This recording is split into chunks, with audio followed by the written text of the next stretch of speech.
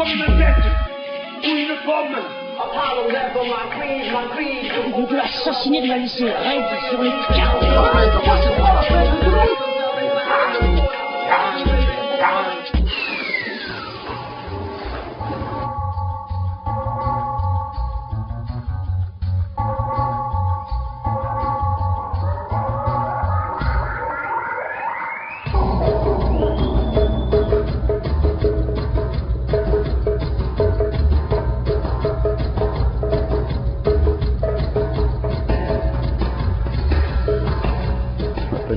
Je suis venu au Marathon des mots pour faire une lecture à l'invitation d'Olivier Poivre d'Arvor, voilà, qui je crois aime bien mes livres, et qui m'a demandé de lire une nouvelle publiée en 99 dans un recueil qui en comportait 44, je crois, un gros livre de nouvelles. C'était assez inhabituel dans la production littéraire française.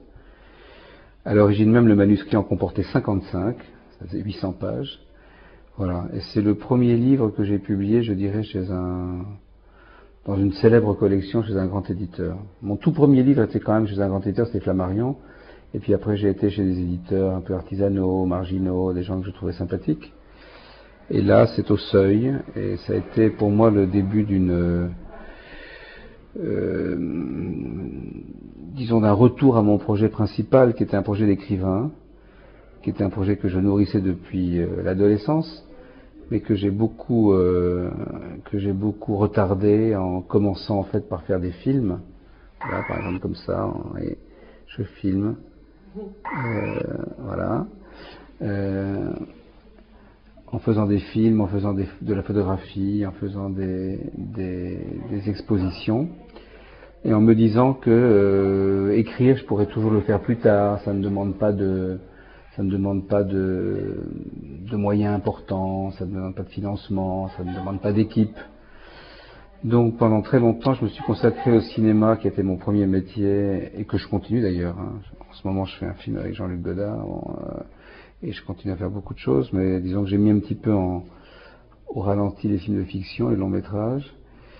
Voilà, j'ai fait du cinéma, de la photographie, et puis j'ai été un artiste, disons. Tout ça, je continue à le faire, mais par contre, je me suis consacré maintenant beaucoup à l'écriture.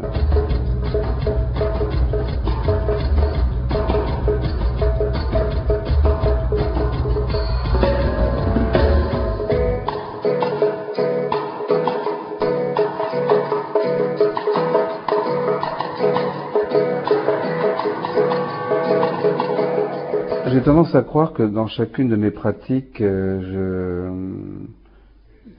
je suis un individu différent. Donc il n'y a pas de communication entre moi cinéaste, moi écrivain, moi photographe. En fait, c'est vrai et faux. C'est vrai parce que à chaque fois que je fais quelque chose dans un champ artistique, c'est très spécifique à ce champ. Je réfléchis à un projet dans une problématique spécifique à la photographie ou au cinéma ou à la littérature, et je n'ai jamais de projet flottant qui peuvent indifféremment devenir ou une série de photos ou un film ou une installation ou un livre. Dès les premiers balbutiements d'un projet, c'est inscrit dans un champ, disons, dans une discipline. Donc de ce point de vue-là, on pourrait penser qu'il n'y a pas de communication. Mais d'un autre côté, c'est évident que toutes ces années où j'ai fait beaucoup de films, j'ai fait 150 ou 160 films, je ne sais plus si j'additionne tout, les films expérimentaux, les films d'artistes, les longs métrages de fiction, les documentaires d'art, bon, tout ça, tout mon travail sur la photographie, non seulement m'a enrichi en tant qu'expérience d'artiste, d'expression, non seulement m'a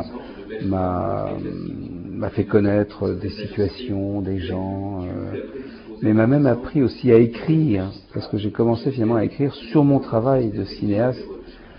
Pratiquement les premiers textes que j'ai eu à écrire, c'était pour présenter un film, ou les dialogues d'un film, ou le scénario d'un film. Et puis j'ai eu à écrire, par exemple, sur mes photographies, sur mes installations, à théoriser, bon. Donc en fait, l'écriture, elle est tout de suite apparue, même dans les autres pratiques. Et je pense qu'il y a des passages entiers de certains de mes livres qui doivent beaucoup à des expériences, même si je ne parle jamais dans mes livres du cinéma, par exemple, du cinéma de mon cinéma, il m'arrive de citer des films, mais je ne parle jamais de moi en tant que cinéaste, ou je ne mets jamais en scène, au niveau d'un roman, un personnage de réalisateur. Mais quand même, cette expérience de la vision, de l'image, du récit, l'expérience du cinéma, l'expérience de l'art, de la photographie, n'a pas été sans nourrir quand même, évidemment, ma vie tout simplement. Et je pense que tout ça donne de l'épaisseur peut-être, et que je peux écrire mes livres sans me référer uniquement à la littérature. C'est-à-dire que, en tout cas, les livres que j'écris n'ont que très très peu de rapport avec la littérature française contemporaine. S'ils ont un rapport avec la littérature, c'est probablement avec la littérature d'autres pays et même d'une autre époque. Hein. Peut-être plutôt la littérature des années 20 ou 30. Et j'ai beaucoup plus de relations dans mes livres avec peut-être le cinéma. Donc il y a inévitablement des interrelations. Mais par contre, je répète que chacune de mes activités dans le cinéma, dans l'art, dans la littérature, m'entraîne en quelque sorte à être un personnage différent. Et d'ailleurs, je ne sais pas si les films que je fais plaisent à l'écrivain que je suis. Hein, il est possible que, en tant qu'écrivain, je puisse être critique envers mes films, ou en tant que cinéaste, ne pas m'intéresser à mes livres, j'en sais rien. Mais j'ai l'impression d'être attiré à être des individus différents par les différentes pratiques.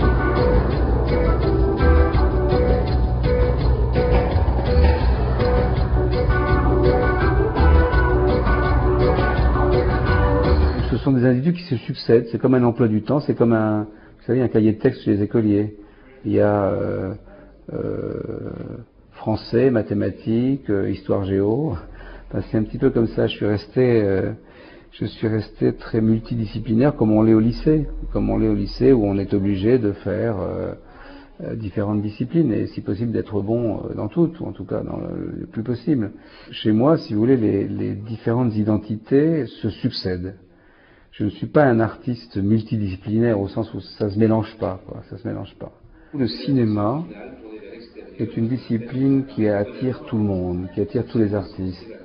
En fait, c'est la grande discipline du XXe siècle, c'est une sorte de surmoi sur tous les autres arts. Je connais beaucoup d'artistes qui auraient voulu être cinéastes et qui ne sont devenus artistes que faute de mieux. Hein.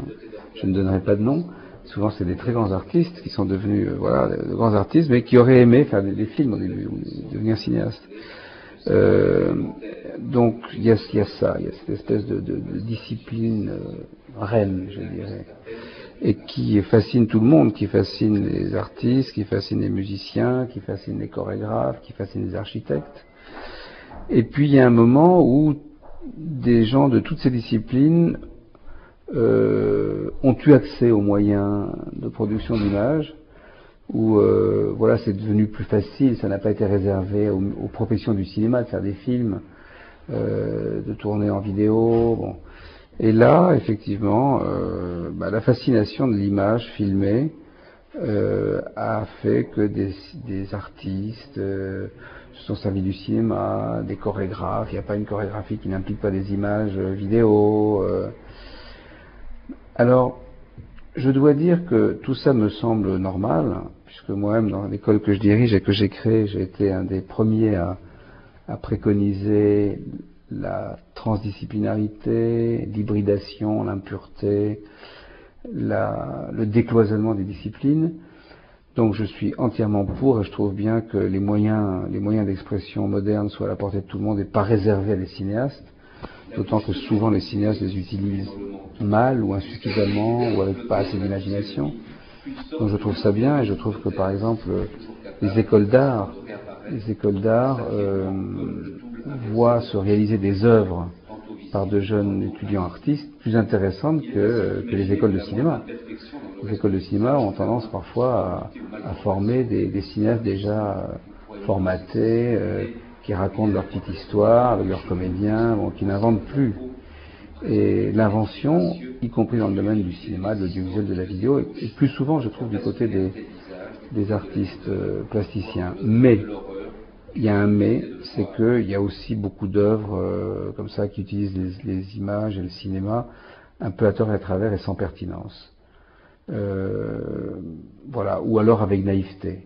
Il y a aujourd'hui des artistes qui occupent le devant de la scène et qui sont des stars, des petites stars, qui font un usage du cinéma qui bluffe les naïfs,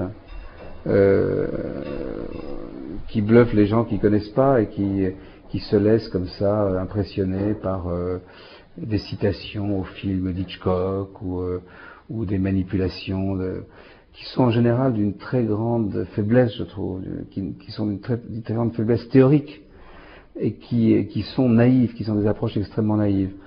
Donc ça, bon bah voilà, tant pis.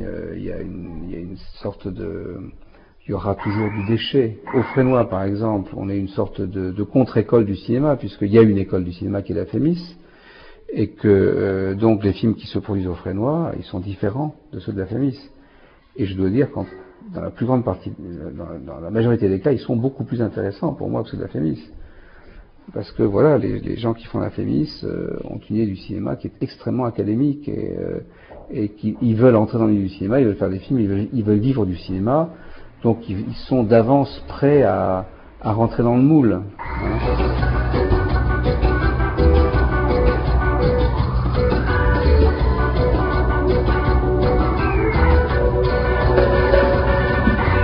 Le mot, il est rarement, chez les étudiants du Fresnoy, rarement intempestif ou indésirable comme il peut l'être dans le cinéma dit littéraire. Hein. Par exemple, même dans un cinéma qui n'est pas littéraire, par exemple, les dialogues sont souvent totalement insupportables, je trouve. Et et puis dès qu'un cinéaste a des velléités de culture, de littérature, etc., d'érudition, ça peut devenir très pénible. Donc je trouve que dans les œuvres produites par nos étudiants en Fresnoy, il n'y a pas cette présence-là du mot. C'est-à-dire que c'est un cinéma qui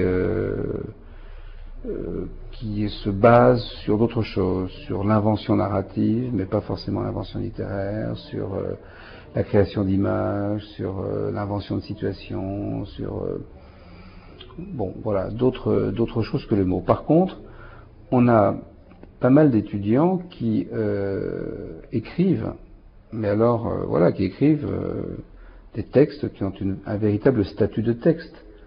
On a des étudiants qui publient même des petits textes, des nouvelles, Mais disons que quand les étudiants du Fresnoy s'intéressent aux mots, au texte, je trouve que c'est en général d'une façon légitime et qui ne déteint pas d'une façon négative sur la production des images.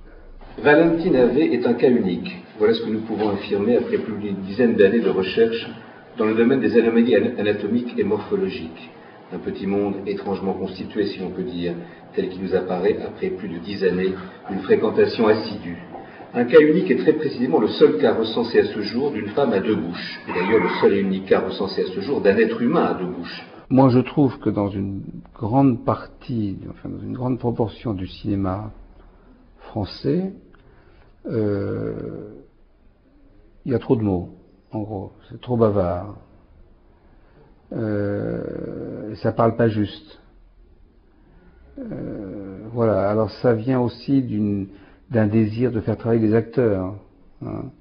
La direction d'acteurs prend le devant et devient une préoccupation première chez les cinéastes traditionnels. Les étudiants de la Fémis, ils travaillent beaucoup avec des acteurs, ils font travailler des acteurs. Bon.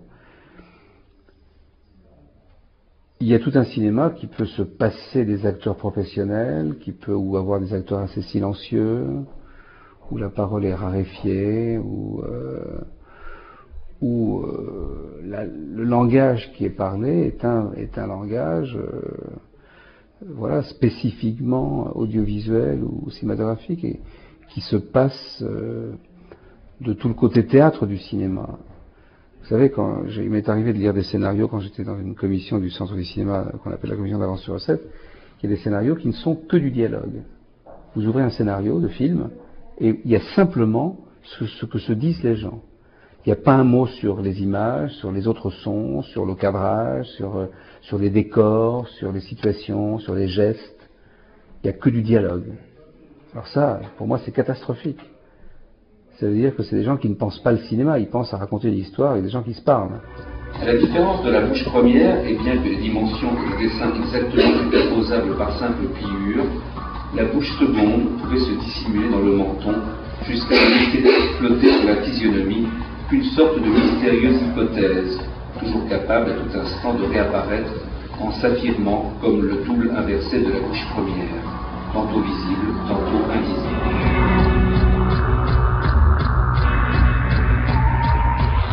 J'accorde beaucoup d'importance à la technique. Je crois qu'on ne peut pas être, par exemple, un bon technicien, un bon cinéaste, sans connaître bien la technique du cinéma. Alors on peut l'apprendre de différentes façons, les écoles ne sont pas forcément la meilleure façon, on peut apprendre la technique du cinéma en autodidacte, en allant voir des films, en filmant soi-même avec des caméras d'amateurs, moi c'est comme ça que j'ai appris, avec à l'époque du 16 mm qu'on achetait chez le marchand photo du coin. Maintenant évidemment c'est devenu un support professionnel, même assez difficile à trouver, mais en tout cas c'est important.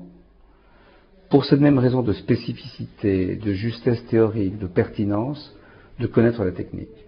Et pour revenir à Godard, puisque en ce moment je suis en relation avec lui pour ce film que je fais avec lui et sur lui, Godard est un très très bon technicien. Il connaît parfaitement les machines, les projecteurs, les caméras, les appareils de prise de son.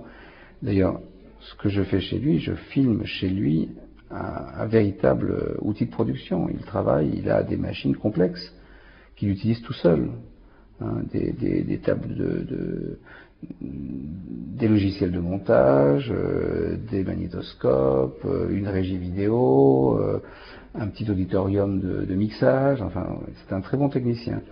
Donc les cinéastes qui n'y connaissent rien à la technique et qui laissent faire l'image par le chef opérateur, le montage par la chef monteuse, la lumière par l'éclairagiste et la prise de son par l'ingénieur du son, là j'ai les plus grands doutes, parce qu'en général c'est des gens qui sont intéressés par le cinéma d'une façon, vraiment par le petit bout de la lorgnette, c'est-à-dire c'est diriger des acteurs, ce qu'ils pourraient faire aussi bien au théâtre, ou c'est faire du cinéma dans le cinéma, quoi. Mais je ne pense pas qu'on puisse faire l'économie de connaître les outils et les techniques du cinéma si on veut être cinéaste. Je suis sûr qu'Hitchcock était un grand technicien, je suis sûr que Charlot était un grand technicien qui savait parfaitement comment ça marche, comment on cadre, tous les grands cinéastes. Alain Resnais est un immense cinéaste, alors là je peux parler de lui un peu en connaissance de cause puisque je me suis beaucoup penché sur son travail et que j'ai même écrit un petit livre sur lui. C'est un immense technicien, Alain Resnais. Il pourrait faire, s'il voulait, l'image de ses films, le montage de ses films, il a été un grand monteur, le son de ses films. Il ne le fait pas parce qu'il a trop de respect pour les techniciens dont c'est le métier, mais il connaît parfaitement toutes ces techniques. Et il connaît même la technique du scénario, même s'il n'écrit jamais ses scénarios. Il est toujours très présent par-dessus l'épaule du scénariste qui le fait travailler. Valentin Allais pouvait en même temps murmurer à l'oreille d'un voisin et parler à voix forte en direction d'un interlocuteur éloigné, ou même, en poussant la chose à l'extrême, faire des messes basses d'un côté et pousser des hurlements de l'autre, sans pour autant jamais cesser de former des mots et des phrases parfaitement intelligibles pour chacun des deux destinataires, l'un et l'autre prêtant l'oreille, mais de façon bien différente. Cette situation est assez difficile à se représenter pour qui n'en a pas été témoin de visu. Par exemple, lors d'un entretien avec un journaliste ou d'une interview en direct à la radio, Valentin Allais pouvait poursuivre le dialogue avec concentration et sérieux, sans cesser par ailleurs de siffloter comme un Gavroche une rengaine à la mode. Se posait alors pour le technicien d'enregistrement du son l'affolant problème de la correcte position du microphone pour éviter l'émission parasite, sauf évidemment pour ceux qui exploitèrent les effets de stéréophonie. Il y a très très longtemps, avant même que ces supports existent, que j'imaginais des livres, par exemple, qui auraient comporté un disque, une bande vidéo, des photos, ou même un film en Super 8, à l'époque où tous ces supports nouveaux n'existaient pas. Donc j'ai été très tenté par des objets hybrides, où par exemple, un livre d'écrire des actions, et les lieux, au lieu d'être décrits, seraient montrés par un film. Donc le livre serait accompagné aujourd'hui d'un DVD. Et au lieu de décrire des lieux, il serait montré dans le DVD. Et puis le livre ne parlerait que des personnages, que des actions, sans prendre la peine de décrire les lieux. Et je vous donne un exemple entre mille, mais c'est pour essayer de situer les choses. Donc ça, c'est une chose que j'ai envisagée depuis très très longtemps. Bien avant que toutes ces commodités qui existent aujourd'hui, commodités techniques, existent. Donc l'idée d'une œuvre, alors c'est le fantasme de l'œuvre totale aussi, qui passe par tous les moyens, le son, l'image, le texte, etc. Ça m'intéresse et je n'exclus pas d'y avoir recours un jour. Pour le moment, je crois que ça n'a donné lieu qu'à des œuvres très schématiques, des œuvres au mode d'emploi, un peu des choses un peu naïves, qui me donnent pas très envie d'y aller, quoi. Donc j'ai envie aussi que si j'imagine une œuvre de ce type, il y ait une pertinence absolue, c'est-à-dire que ça ne puisse être que ça, que ça ne soit pas une façon de faire le malin en quelque sorte en disant voilà je fais un livre et puis vous savez ça va avec un film ou je fais un DVD avec des arborescences, interactivité, tous ces trucs-là. Il faut vraiment qu'un jour j'ai un projet qui naisse dans cet espace-là, qui est un espace mental aussi. C'est pas seulement un espace technique, c'est pas seulement des supports, c'est pas seulement des commodités techniques qui font que voilà, on peut superposer des récits ou offrir plusieurs possibilités ou faire entendre des sons. C'est pas ça. C'est qu'il faudrait que, enfin ça compte évidemment, ça existe, mais pour moi il faudrait que j'ai un projet qui ne puisse exister que sous cette forme-là. Il n'y a pas plus interactif qu'un livre. Hein. Et puis vous l'ouvrez à la page que vous voulez, un livre. Vous revenez dessus, vous lisez 3 fois le même chapitre, vous lisez la fin avant le début, enfin bon. Donc, tant que ça reste un peu mécanique comme ça, tant qu'il n'y a pas une nécessité absolue, je ne serai pas complètement convaincu. 12, 14, 15, 16, 17, 18, 19. La lecture en public, je ne crois pas être spécialement bon. Je pense que c'est un métier de lire des textes. Les acteurs font ça très bien. Je peux continuer, 20, 21, 22. Mais disons que je me suis un tout petit peu entraîné à lire mes textes quand j'ai dû moi-même dire les commentaires de certains de mes films documentaires. Il m'est arrivé d'écrire des textes pour mes films documentaires et de les faire dire par des acteurs et de trouver qu'ils ne le disaient pas très bien. Et qu'ils le disaient parfois moins bien que dans la maquette que j'avais fait moi-même du texte. Parce que quand on monte un film comme ça, il arrive qu'on dise soi-même le texte simplement pour le placer, pour voir si ça va, s'il est trop long, trop court. Bon. Et donc il m'est arrivé, en enregistrant avec un acteur, de me dire, tiens, et c'était confirmé par d'autres que moi, que ce qu'avait fait l'acteur était moins bien que ce que j'avais fait moi. Donc maintenant, il m'arrive très souvent de dire moi-même le commentaire que j'écris pour mes films documentaires. Et j'en fais beaucoup. Donc disons que j'ai eu ce petit entraînement au fait de dire un texte. Et j'ai été pendant très longtemps mauvais, c'était pas du tout une chose qui m'a attiré. Il y a beaucoup de choses qui m'ont attiré dans la vie, mais ça, jamais. Acteur, je pense que je serais un acteur vraiment nullissime. Bon, par contre, mes textes, et peut-être certains textes, j'arrive à les dire d'une façon sans doute un peu ennuyeuse. Hein. Je suis pas très vivant dans ma diction, mais disons que j'arrive à les rendre à peu près compréhensibles. Un des numéros les plus simples et les plus amusants par lequel Valentine avait débuté modestement sur les scènes de quartier, à l'entracte des séances de cinéma, consistait à dicter simultanément 2 lettres différentes à 2 secrétaires dactylographes. 2 lettres supposées adressées par un notaire à un héritier et faisant état de dispositions testamentaires radicalement divergentes, comme par exemple le legs d'un château en Écosse et, alternative moins réjouissante, celui d'une boîte à betteraves. Ma technique actuelle d'écriture, qui est assez récente, enfin je fais ça depuis quelques années maintenant, quand même depuis presque 10 ans, mais j'avais commencé autrement, c'est de dicter. Donc je dicte tous mes livres. Et du coup ce que j'écris, enfin l'écriture est totalement libérée de la matérialité de l'écriture. C'est-à-dire j'écris sans inscrire, sans avoir à taper moi-même les textes sur une machine à écrire ou sur un ordinateur ou en les écrivant à la main au stylo, au stylo-bille. Je les dicte. Et voilà, c'est une chose qui m'aurait semblé impossible il y a 15 ans. parce que comme beaucoup d'écrivains, j'écrivais tout seul dans ma chambre, enfermé, dans le silence, sans personne autour de moi, très concentré sur ma vieille machine à écrire. Bon. Et j'aurais trouvé absolument impossible et impensable ne serait-ce que d'avoir la présence de quelqu'un pendant que j'écris. Et donc forcément pas la présence de quelqu'un à qui je dicte. Et puis dans des circonstances qui seraient trop longues à raconter, j'ai pu expérimenter comme ça, en n'y croyant pas trop, cette idée de dicter un texte, c'est-à-dire de projeter une parole dans un espace virtuel, aérien, sans aucune résistance physique. Et ça a marché très bien. Et maintenant, je peux dicter des textes, y compris des textes complexes, des textes à caractère un peu théorique ou spéculatif, ou des textes littéraires, mais avec une écriture, des phrases très longues, très complexes. Je peux les dicter en sachant exactement où j'en suis à chaque fois, à chaque moment de la phrase ou du texte. Voilà, c'est une mémorisation du texte, une projection du texte. Là, je projette un peu comme on projette des images aussi, ça a rapport à ça. Et évidemment, je retrouve une dimension musicale de la parole. Je suis sensible au son, au rythme, aux répétitions, à des effets prosodiques qui sont très importants pour moi. Et donc, j'écoute le texte plus que je ne le regarde. Quand on écrit noir sur blanc, on regarde le texte. Et le texte est une image. Le texte devient une image graphique, c'est des signes noir sur blanc. Quand on dicte, le texte est une musique, est un son. Alors, pour moi, l'essentiel maintenant se joue comme ça, dans la profération du texte, oralement, dans cette dimension orale et musicale de l'écriture et de la parole. Par contre, il y a un moment où j'ai besoin de ressaisir le texte dans le champ du regard, c'est-à-dire de le voir. Et là, la sortie papier qui sort de l'ordinateur est très importante.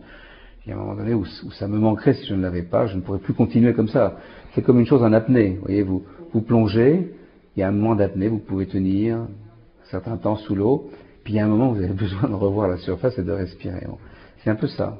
Souvent aussi en pleine action amoureuse, et l'une de ces deux bouches étant tout à son ouvrage de circonstance, Valentine Allais se mettait à parler de toute autre chose, grâce à sa deuxième bouche, de la pluie et du beau temps, de l'augmentation du tarif des chemins de fer, ou du prix de la baguette de pain, de l'état de santé d'une vieille tante incontinente et qui portait moustache, d'un rendez-vous chez le dentiste ou du relevé imminent des compteurs d'électricité, et en fin de compte, ces sujets étaient les plus fréquents, ce qui produisait chez le partenaire une perturbation qui pouvait aller jusqu'à la perte totale de ses moyens, aussitôt dénoncée sans ménagement par la bouche du coup libéré, tandis que l'autre poursuivait bavardages et divagations sur les sujets les plus éloignés du sujet. Un auteur évidemment qui est pour moi absolument indépassable, il suffit que je lise 2 lignes de Kafka pour être effondré, tellement c'est génial, tellement 2 lignes sont indépassables. Il prend toujours tout le monde à contre-pied, c'est toujours une surprise, enfin, c'est jamais prévisible.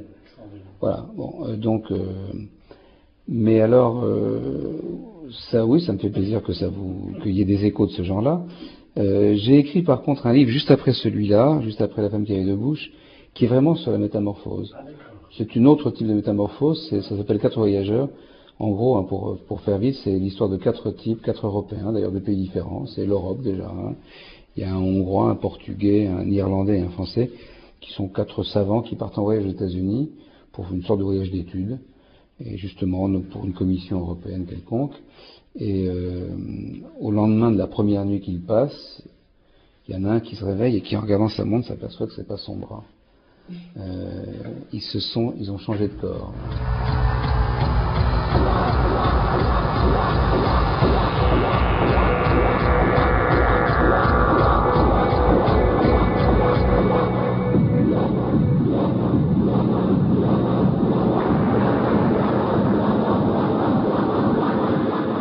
J'ai dans mes livres manifesté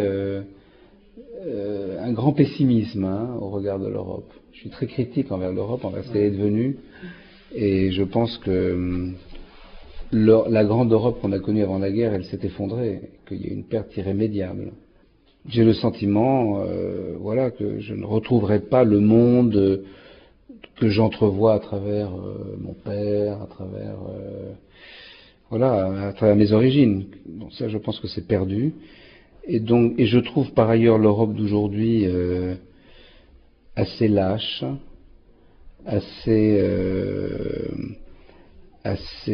oui, voilà, velléitaire.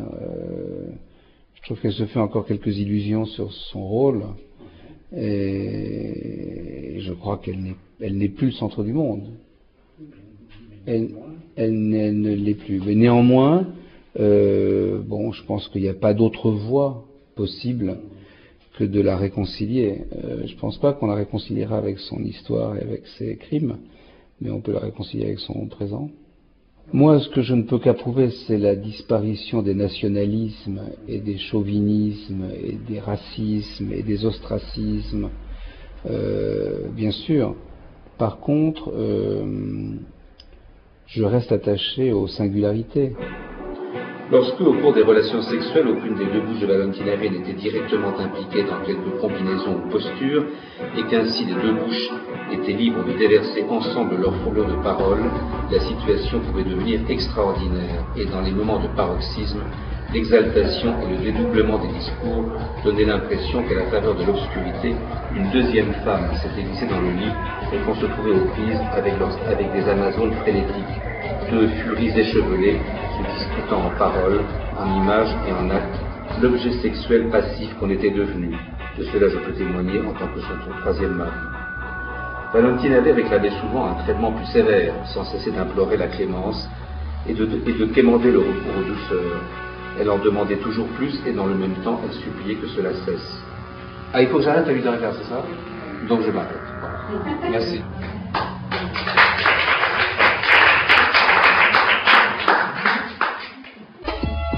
Comme une bête ou une pomme. On peut l'assassiner de la laisser raide sur les cartes.